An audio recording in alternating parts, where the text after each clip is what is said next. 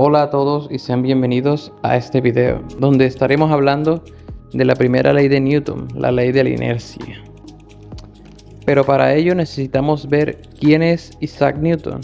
Isaac Newton nació el 25 de diciembre de 1642, día de la Navidad. Fue un físico, teólogo, inventor, alquimista y matemático inglés. Es autor de Philosophia Naturalis Principia Mathematica o Principios Matemáticos de la Filosofía Natural, más conocido como Principia, donde se describe la ley de la gravitación universal y donde se establecen las bases de la mecánica clásica mediante leyes que llevan su nombre. Entre sus otros descubrimientos científicos destacados están los trabajos sobre la naturaleza de la luz y la óptica, que se presentan principalmente en su obra Optics, y en matemáticas el desarrollo del cálculo infinitesimal. Cuando buscamos el origen de esta ley que vemos hoy, la ley de la inercia, nos remontamos no solo al imaginario de Newton o su capacidad intelectual, sino que así como muchas de las leyes científicas, teorías, descubrimientos, materias de la ciencia como matemática, física, química, todas estas se han ido construyendo y formando a lo largo de la historia por distintas mentes que aportaron a la creación de cada una de ellas. Y para esta ley de Newton, la primera ley de Newton, la ley de la inercia, no es la excepción. Antes de Newton ya Galileo había esbozado una primera ley de la inercia, en la que indica que un objeto tiene la tendencia a conservar su movimiento rectilíneo y uniforme, a menos que sobre él actúe una fuerza que lo obligue a modificar su trayectoria. Su descubrimiento sirvió de base para Newton, quien observando el recorrido en el cielo de la luna, dedujo que si esto no salía disparada en línea recta, siguiendo una tangente a su órbita, es porque había alguna fuerza que actuaba sobre ella para impedírselo. Esta fuerza que le impide, en el caso celeste, pasó a llamarse gravedad.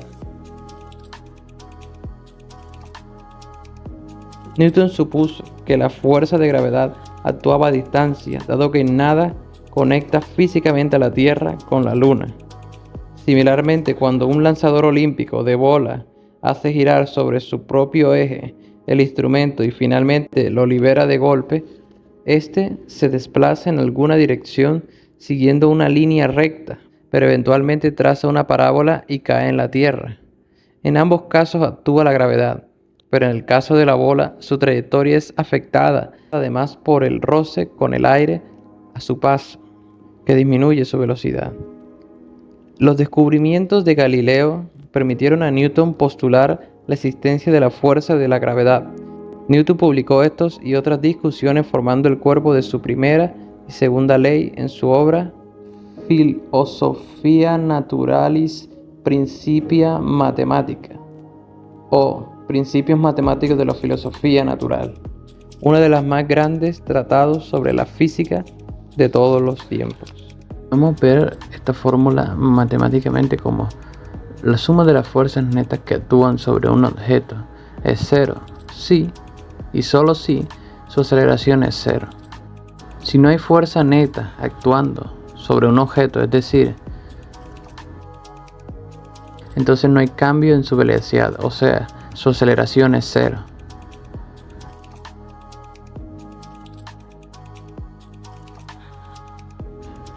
Esta ley explica por qué los objetos en reposo permanecen en la misma posición hasta que le aplicamos una fuerza al levantarlos o empujarlos. Explica también el por qué un conductor al frenar su automóvil de manera brusca sale disparado hacia adelante, el cómo es que los satélites artificiales giran alrededor de la Tierra sin necesidad de combustible, entre otros. En otras palabras, un objeto en reposo permanecerá en reposo y un objeto en movimiento seguirá moviéndose a velocidad constante en línea recta a menos que una fuerza externa actúe sobre él. Si buscamos algunos ejemplos de la primera ley de Newton, podemos ver que cuando una jugadora de voleibol golpea la pelota con los antebrazos, vemos que la bola sale disparada. A lo largo del trayecto la pelota pierde velocidad y cae al suelo. Esto es debido a dos fuerzas, la fuerza de gravedad y la fricción del aire. Pero, ¿y si dichas fuerzas no afectan a la pelota? En ese caso, la bola mantendría siempre la misma velocidad por inercia y seguirá su trayectoria sin cambiar de dirección y sin caerse hacia el suelo. Como indica la primera ley de Newton, la pelota nunca cambiaría su estado de movimiento a menos que intervenga otra fuerza. Otro ejemplo sería el juego de la soga. El juego de la soga o tira y afloja enfrenta a dos equipos que deben tirar de una cuerda con toda su fuerza. Imaginemos que dos parejas de participantes se preparan para competir. Comienzan quietos en un estado de reposo. La competición inicia y los dos equipos tiran bien fuerte. Si la suma de todas las fuerzas es igual para ambos equipos, nadie se moverá. Es decir, todas las personas permanecerán en un estado de reposo, cumpliéndose así la primera ley de Newton. Si el primer equipo emplea más fuerza que el segundo, veremos que todos se mueven. Es en ese instante que cada persona cambia su estado de reposo a movimiento, desplazándose hacia el primer equipo. Si la diferencia de fuerza sigue igual, ambos equipos mantendrán una velocidad constante. Eventualmente, el primer equipo ganará. Se puede ver que vemos la ley de Newton diariamente en nuestras vidas.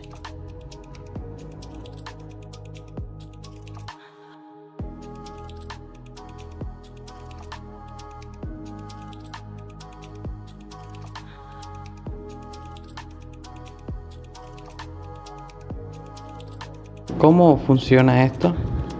Recordemos que la primera ley de Newton nos dice que todo cuerpo tiende a permanecer en reposo a menos que se le aplique una fuerza externa. El huevo que está encima del tubo de cartón no estaba sometido a ninguna fuerza externa. Solo cuando se golpea el cartón con una fuerza brusca y rápida, el cartón sale disparado, pero el huevo queda en su mismo sitio. Y ahí es cuando la fuerza de la gravedad le afecta y cae hacia abajo. Pero la masa del huevo permanece inmóvil a menos que una fuerza externa modifique su dirección o movimiento. Esto es lo que conocemos como inercia y cómo aplica la ley de Newton en algo tan sencillo.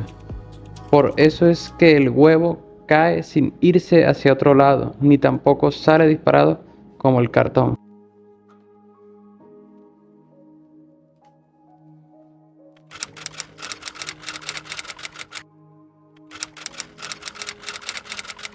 Si he visto más lejos, ha sido porque he subido sobre los hombros de gigantes. No sé cómo puedo ser visto por el mundo, pero en mi opinión, solo he sido como un niño jugando en la orilla del mar, entreteniéndome en encontrar una piedrecita más lisa o una concha más bonita de lo normal, mientras que el gran océano de la verdad se extendía, desconocido, ante mí.